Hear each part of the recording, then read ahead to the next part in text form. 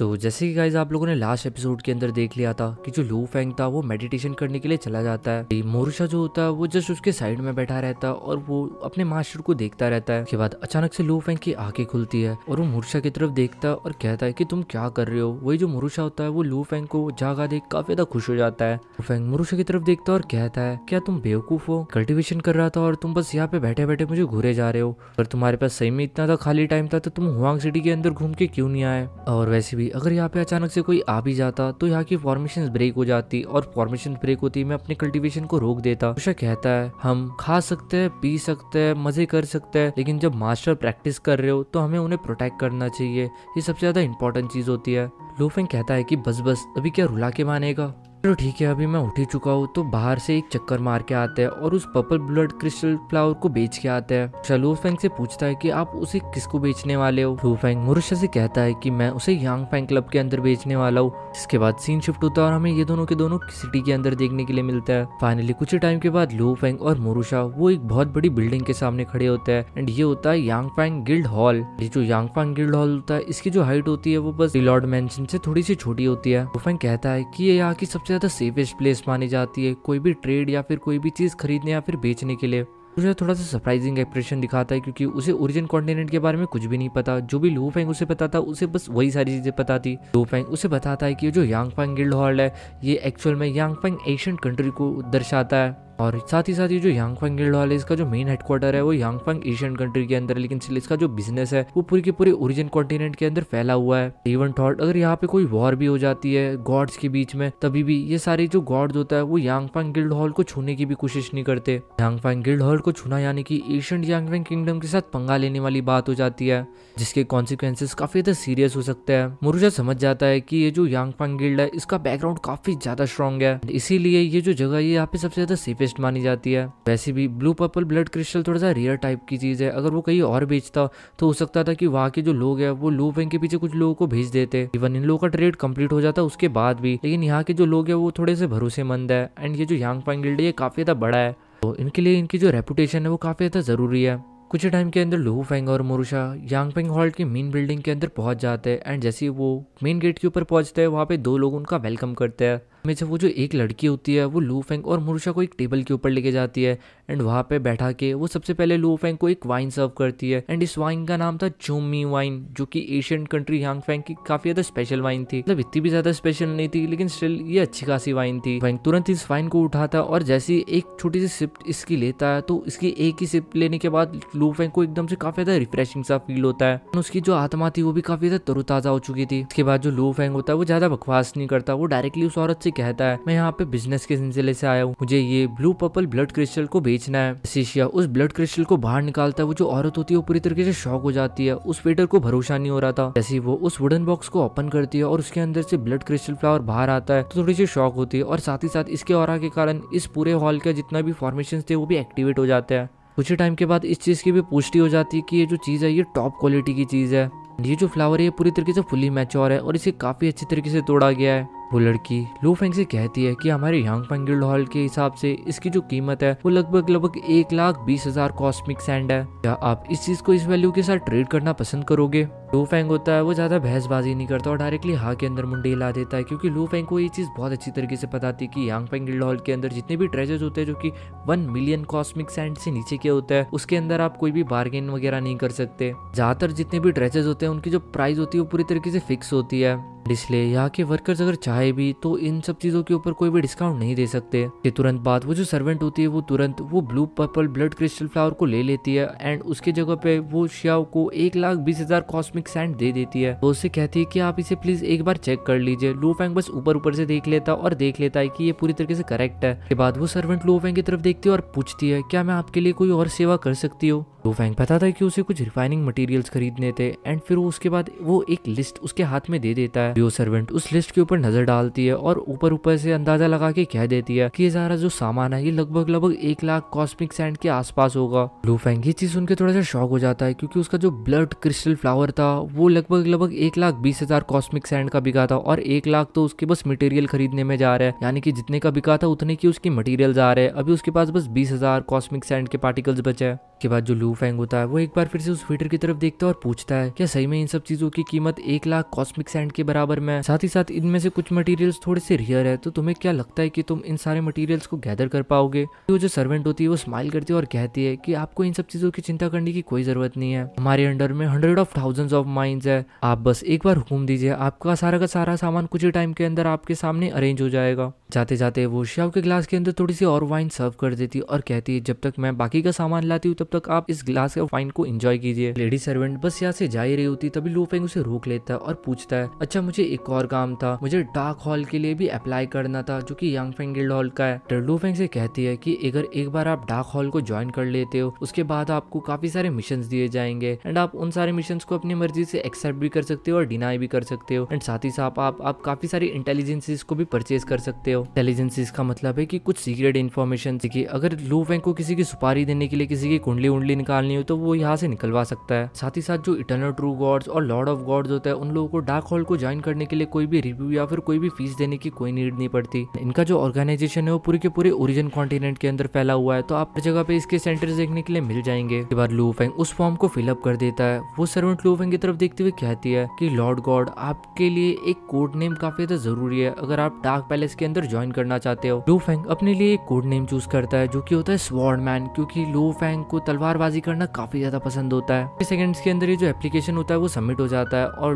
लू फेंग का रिव्यू भी पूरी तरीके से सक्सेसफुल हो जाता है। जिसके बाद वो जो वेटर होती है वो अपने हाथों को फ्लिप करती है और उसके हाथों के अंदर एक कम्युनिकेशन टोकन आ जाता है जो कि वो लू फेंग को पकड़ा देती है। कम्युनिकेशन टोकन की मदद से जो लू फेंग था वो अपने मिशन को एक्सेप्ट कर सकता था या फिर अगर उसे कभी भी डार्क पैलेस हॉल को कम्युनिकेट करना हो या फिर कॉन्टेक्ट करना हो तो वो इस चीज के थ्रू कॉन्टेक्ट कर सकता है। अगर ये जो टोकन है अगर ये गुम हो जाता है या फिर टूट जाता है तो लू फेंग इसे वापस से री इशू करा सकता है यांग फेंग गिल्ड हॉल से। जिसके बाद तुरंत जो लू फेंग होता है वो कुछ इंटेलिजेंसीज को परचेज करने की कोशिश करता है, यानी कि इन्फॉर्मेशन को। लू फेंग यहाँ की सबसे ज्यादा बेसिक इन्फॉर्मेशन के बारे में देखता है जो कि ओरिजिन कॉन्टिनेंट की इन्फॉर्मेशन थी। ये जो चीज थी ये लू फेंग उधारी के बेसिस के ऊपर कर रहा था, क्योंकि एक बार अगर कोई भी डार्क पैलेस हॉल को ज्वाइन कर लेता है तो उसके पास लगभग 1000 कॉस्मिक सैंड्स की लिमिट होती है, मतलब 1000 कॉस्मिक सैंड्स तक का वो ट्रांजेक्शन कर सकता है फ्री में। फ्री में तो कुछ भी नहीं होता, इनको ये चीज एक एरा के अंदर अंदर पे करनी पड़ती है, वरना इसका जो फाइन होता है लगभग 10 गुना उनको पे करना पड़ता है। जो इन्फॉर्मेशन अभी अभी लू फेंग ने ली थी उसकी कीमत लगभग 10 कॉस्मिक सैंड के ग्रेन्स थी। लू फेंग ने अभी अभी जो इंटेलिजेंस ली थी उसके अंदर ओरिजिन कॉन्टिनेंट्स के मैप, सिटीज और बाकी की बेसिक सिचुएशंस के बारे में आइडिया था।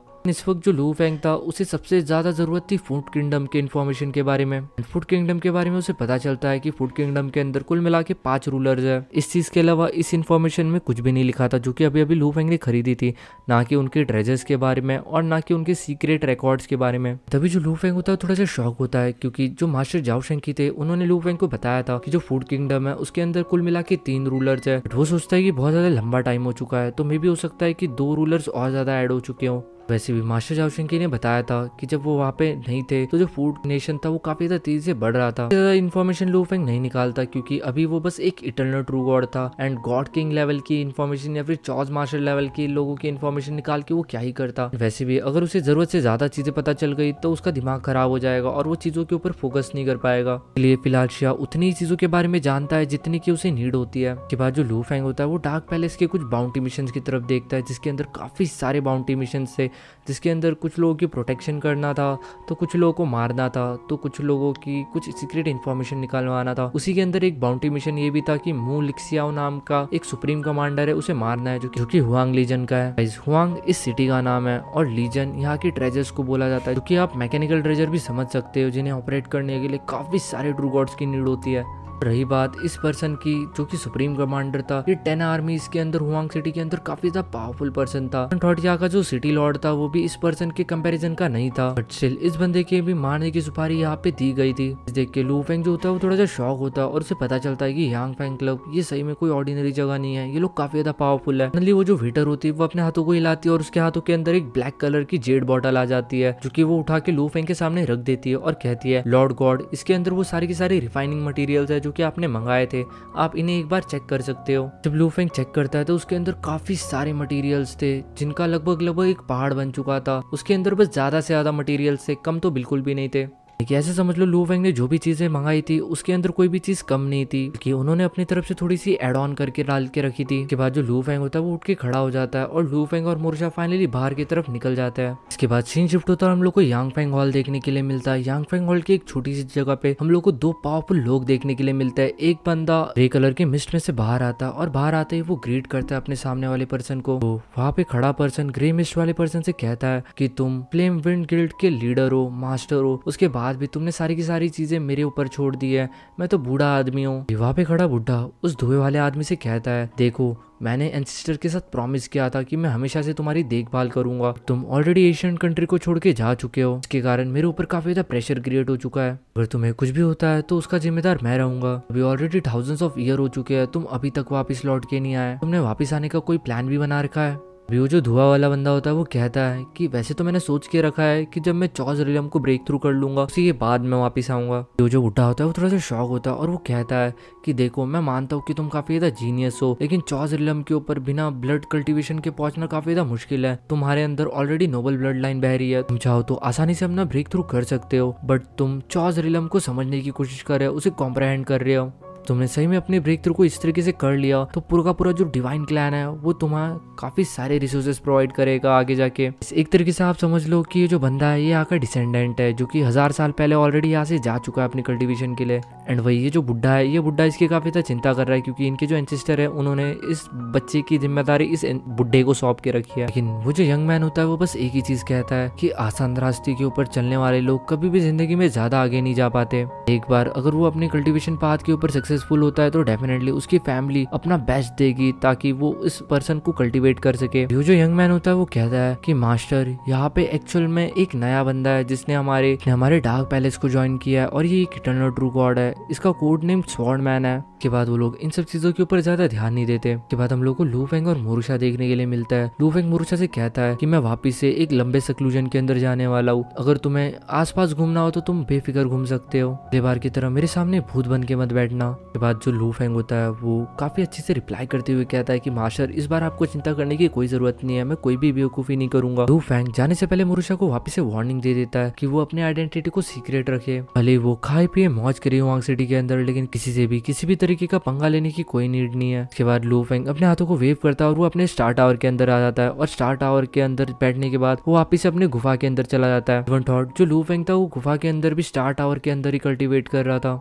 स्टार टावर से ज्यादा सेफ जगह कोई हो ही नहीं सकती। अगर इवन गुफा के अंदर कोई एंटर भी कर जाता है सारे फॉर्मेशंस को तोड़ के, उसके बाद भी वो स्टार टावर को छू भी नहीं सकता। का जो स्टार टावर है वो एक ऐसी चीज है जिसका बस एक ही मास्टर बन सकता है, वो है लू फेंग, और लू फेंग को बचाने के लिए स्टार टावर कुछ भी कर सकता है। इसके बाद फाइनली जो लू फेंग होता है वो क्रॉस लेग करके बैठ जाता है और कल्टीवेशन करना स्टार्ट कर देता है। लू फेंग अपना कल्टीवेशन कर रहा था, सडनली उसकी जो बॉडी होती है वो एकदम से बड़ी होना स्टार्ट हो जाती है एंड वो लगभग 1 लाख किलोमीटर तक बड़ी हो जाती है। इसके बाद उसकी जो बॉडी होती है वो थोड़ी सी और बड़ी होती है और लगभग 1,20 मिलियन किलोमीटर तक बड़ी होती है। लू फेंग नोटिस करता है कि उसके इतने बड़ी बॉडी के ऊपर काफी ज्यादा स्पेस सेपरेशन लग रहा है क्योंकि यहाँ का जो कॉन्टिनेंट है ओरिजिन कॉन्टिनेंट, इसका जो स्पेस सेपरेशन है वो काफी ज्यादा पावरफुल है। अगर वो ओरिजिनल यूनिवर्स के अंदर होता तो शायद से उसकी जो डिवाइन बॉडी होती वो और ज्यादा बड़ी हो पाती। तो इनको पता चलता है कि जब उसकी परफेक्ट डिवाइन बॉडी ग्रो हुई थी, यानी कि जब उसने अपना ब्रेक थ्रू किया था, तो उसकी जो बॉडी थी वो पूरी तरीके से पूरी हद तक ग्रो नहीं हुई थी। बिकॉज यहाँ के हिसाब से जो इटर्नल ट्रू गॉड है उनकी जो बॉडी की साइज होती है वो लगभग 3.6 बिलियन किलोमीटर की तक होती है। लू फेंग की बॉडी का बस 120 मिलियन के ऊपर अटकी हुई थी। यानी कि आप समझ सकते हो कि लू फेंग को कितना ज्यादा ग्रो करने की जरूरत है। साथ ही साथ लू फेंग की लिमिट भी कितनी ज्यादा दूर है। जब लू फेंग अपने बारे में सोचता है तो वो सोचता है कि अभी भी उसके अंदर काफी ज्यादा ग्रोथ पोटेंशियल है, इसलिए वो क्रॉस लेग करके बैठ जाता है और चॉस पावर डायग्राम को स्टडी करना स्टार्ट कर देता है। इसी के साथ साथ वो बॉडी रिफाइनिंग टेक्निक को भी प्रैक्टिस कर रहा था। ये जो चॉस पावर डायग्राम का मेथड था ये लगभग कुछ 6 लेवल्स के अंदर बटा हुआ है। इसके जो पहले के 3 लेवल है वो इटर्नल लेवल्स कहा जाते हैं और वही इसके जो लास्ट के 3 लेवल है उसे चॉस रिलम लेवल कहा जाता है। फर्स्ट लेवल था चॉस पावर डायग्राम का, उसके अंदर अपनी फाउंडेशन बनानी होती थी।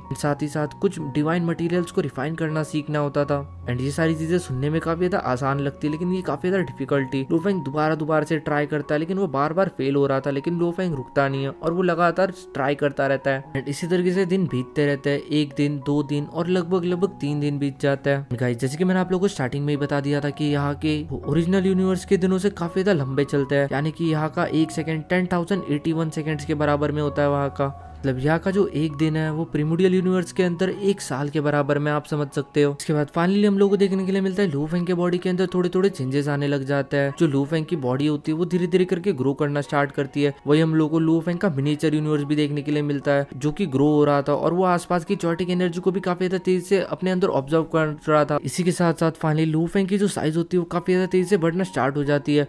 वो 130 मिलियन किलोमीटर तक पहुंच जाती है, फिर 140 मिलियन किलोमीटर, और ऐसे ही करते करते वो लगभग 300 किलोमीटर तक पहुंच जाती है। लू फेंग को इन सब चीजों के बारे में कुछ भी नहीं पता था, क्योंकि वो अपने डीप कल्टीवेशन के अंदर डूबा हुआ था। लेकिन कुछ टाइम और बीतता है और जो लू फेंग होता है वो अपनी आंखें खोलता है एंड वो देखता है कि ऑलरेडी उसकी जो हाइट है वो 800 मिलियन किलोमीटर के आसपास पहुंच चुकी है। साथ ही साथ अब वो चॉज पावर डायग्राम को थोड़ा थोड़ा समझने भी लग गया था। लू फेंग ने अभी अभी जो ग्रोथ की थी वो अपनी इस ग्रोथ को ज्यादा सीरियसली नहीं लेता, क्योंकि लू फेंग को पता था कि उसके अकॉर्डिंग यहाँ की जो नॉर्मल इन्फिनाइट डिवाइन बॉडी की साइज होती है वो लगभग 3.6 बिलियन किलोमीटर के आसपास होनी चाहिए। एंड अभी जो लू फेंग था वो बस 800 मिलियन के आसपास था, यानी कि अभी भी बहुत बड़ा गैप बचा था। इसके साथ जो लू फेंग होता है वो पूरी तरीके से मंत्र मुक्त हो चुका था अपनी कल्टीवेशन के अंदर। साथ ही साथ उसे अब इन सब चीजों के अंदर काफी ज्यादा मजा भी आने लग गया था।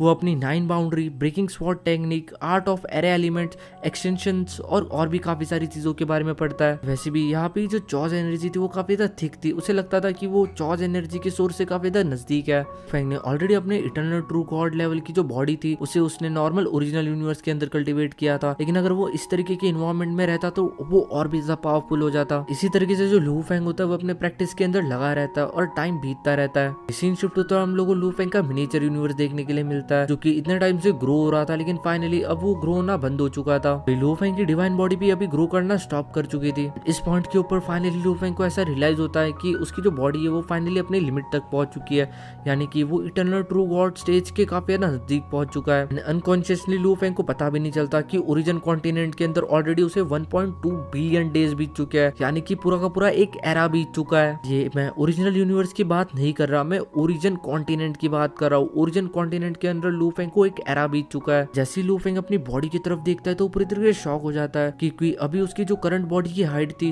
वो लगभग 18 मिलियन किलोमीटर तक बढ़ चुकी थी। ओरिजिन कॉन्टिनेंट के हिसाब से यहाँ की जो इटर्नल ट्रू गॉड्स होते हैं उनकी जो इन्फिनाइट डिवाइन बॉडी की लिमिट होती है वो लगभग 3.6 मिलियन किलोमीटर तक की होती है, यानी कि लू फेंग उनकी बॉडी से लगभग 5 टाइम ज्यादा बड़ा है। यानी ऐसा समझ सकते हो कि एक चॉज मास्टर लेवल का जो बंदा होगा उसकी भी बॉडी से लू फेंग की बॉडी काफी ज्यादा बड़ी है। बट गाइस जस्ट बड़ी बॉडी होने से कुछ नहीं होता, लू फेंग को काफी सारी पावरफुल टेक्निक्स और डिवाइन पावर्स की काफी ज्यादा जरूरत है। एंड मैं आप लोगों को बता दूं कि ये जो लॉर्ड ऑफ चॉज होते हैं इन लोगों की जो डिवाइन बॉडी होती है, क्योंकि ये लोग ब्लड कल्टीवेशन करते हैं इसलिए इनकी जो बॉडी होती है वो लगभग 10 बिलियन किलोमीटर तक एक्सटेंड होती है।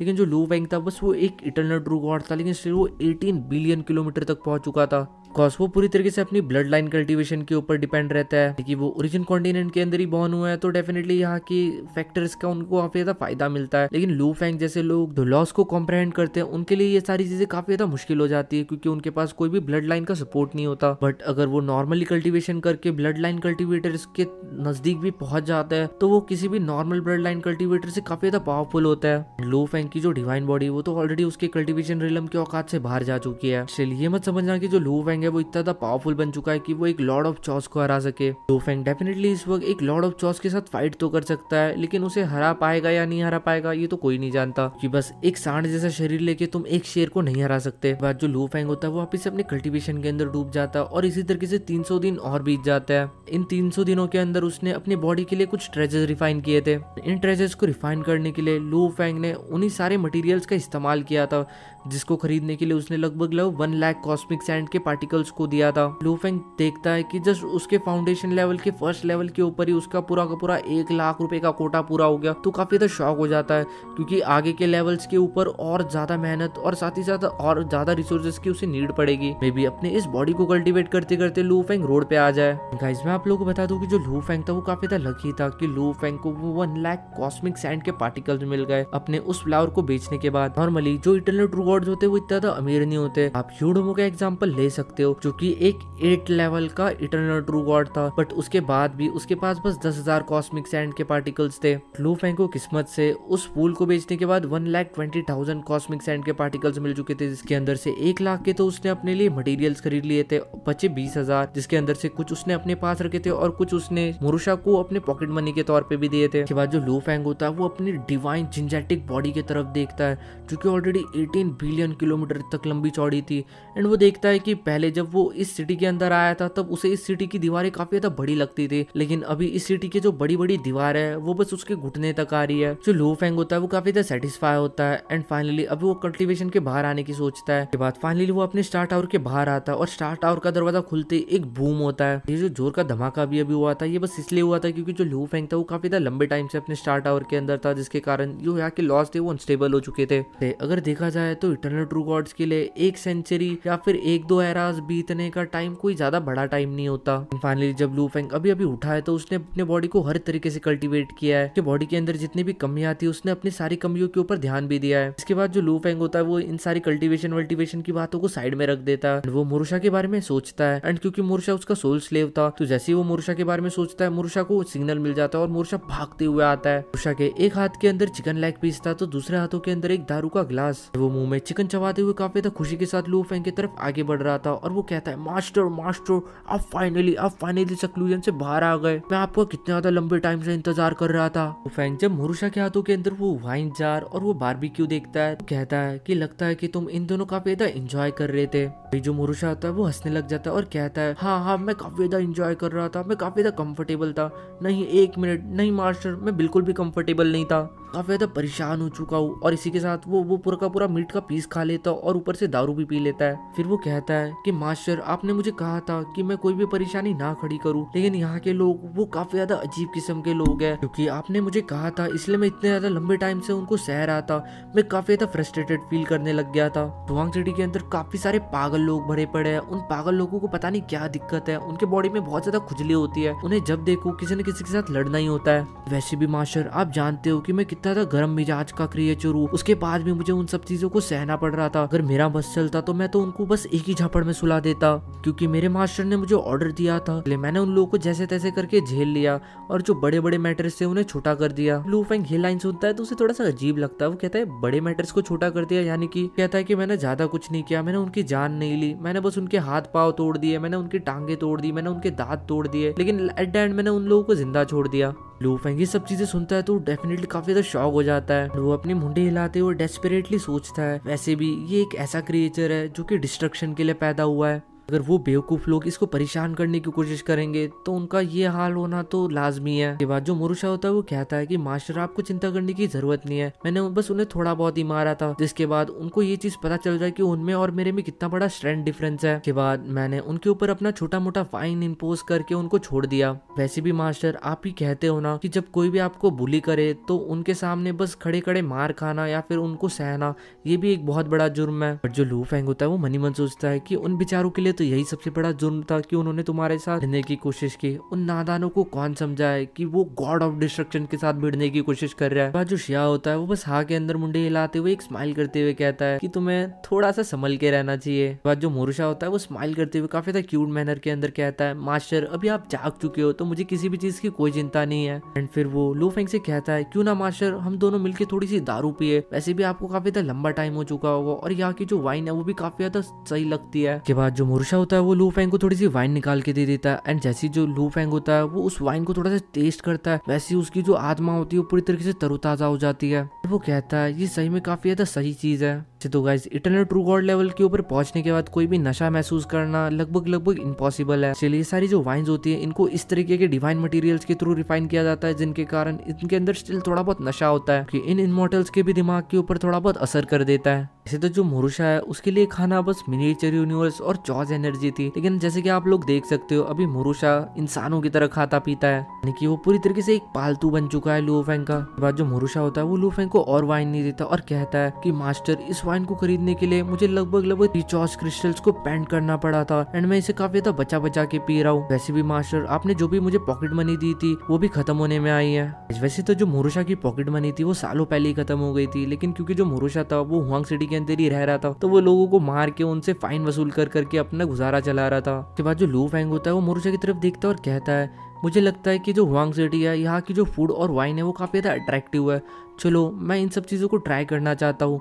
मोरुशा के आंखों के अंदर एक चमक देखने के लिए मिलती है और वो कहता है अरे हाँ हाँ चलो चलो आपके साथ साथ मुझे भी खाने के लिए मिल जाएगा, लेकिन इस बार इन सब चीजों के लिए आप ही को पे करना पड़ेगा क्योंकि अभी मेरे पास ज्यादा पैसे नहीं बचे। सुनते ही जो लू फेंग होता है वो मोरुशा की तरफ देखते हुए कहता है तू सही में काफी ज्यादा चिंदी किस्म का क्रिएचर है, इवन थॉट वो जो पॉकेट मनी जो तेरे पास है वो भी मेरी ही दी हुई है, उसके बाद भी तू इतनी चिंदीगिरी मुझे दिखा रहा है, यानी कि मेरे ही पैसों का दम मेरे को ही दिखाने की कोशिश कर रहा है। फिर जो लू फेंग होता है वो मोरुशा से कुछ भी नहीं कहता और उसके साथ साथ सिटी की सैर करने के लिए निकल पड़ता है। टाइम के बाद जो लू फेंग और मोरुशा होता है वो फायर इलम रेस्टोरेंट के अंदर पहुंच जाता है जो कि हुआंग सिटी के अंदर एक बहुत बड़ी एरिया के अंदर बना हुआ था। इसी जगह के ऊपर फायर इलम बैंक्वेट नाम का एक स्टोर था जो कि ज्यादा महंगा नहीं था। बाद लू फेंग और मोरुशा एक टेबल के ऊपर आके बैठ जाता है। मोरुशा तुरंत जोर से आवाज लगाता है यहाँ के वेटर को। यहाँ का जो वेटर होता है वो मोरुशा को काफी अच्छी तरीके से जानता था क्योंकि मोरुशा काफी ज्यादा लंबे टाइम से इसके रेस्टोरेंट में खाना खाया करता था।